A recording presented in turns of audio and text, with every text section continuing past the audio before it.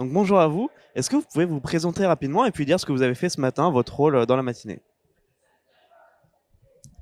Alors bonjour, donc je m'appelle Corentin Raymond, je suis actuellement demandeur d'emploi et donc ce matin ce qu'on a fait, on a commencé à réfléchir à comment proposer des actions au CRJ et comment aussi donner notre avis sur les propositions qui pourraient venir directement des élus.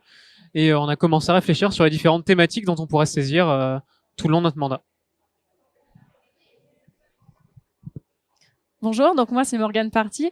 Donc tout d'abord, on a effectivement, comme le dit Corentin, bien pu travailler sur des thématiques qui nous semblent importantes, donc pouvoir les sélectionner aussi. Et on a vu donc un point très théorique sur comment amener ces réflexions et comment présenter nos propositions. Mais il y a aussi tout un côté se saisir des problématiques qui vont tenir à cœur de chacun d'entre nous. Donc on a pu faire des sélections donc par thème de par exemple si je donne un exemple l'écologie ou les transports et à partir de ça pouvoir proposer plus tard dans nos futures réunions des propositions. Donc merci.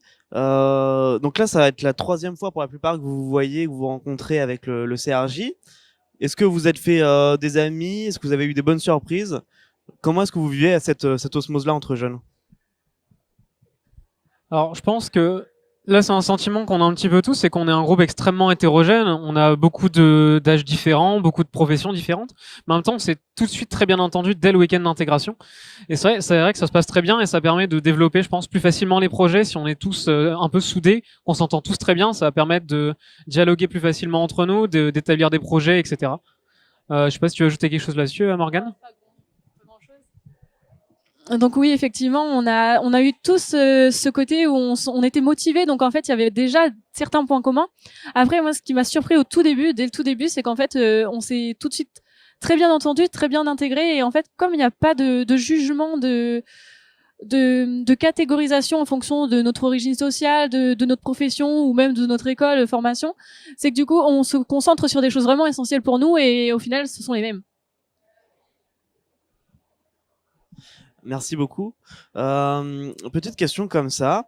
Au niveau du coup des projets politiques, on sait que vous avez été sélectionné donc parmi une grande liste. Donc c'est pas par rapport à vos affinités politiques que vous avez été choisi.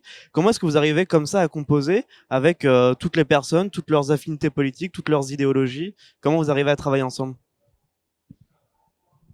Alors c'est vrai que c'est une bonne question. On pourrait se dire instinctivement que ça peut être compliqué pour des gens qui ont des bords politiques très opposés de discuter, mais moi c'est quelque chose que j'ai toujours recherché, c'est de pouvoir justement composer, débattre et travailler avec des gens de bords politiques différents. Parce que comme on a tous des visions différentes de comment fonctionnent les choses, comment fonctionne l'État, la région, l'économie, etc., ça permet d'opposer nos points de vue calmement, comme on s'entend bien. Et je pense que ça peut être extrêmement enrichissant pour tout le monde d'apprendre à discuter avec quelqu'un qu'on aurait qualifié avant comme un adversaire et de discuter avec lui et de bâtir des projets avec lui.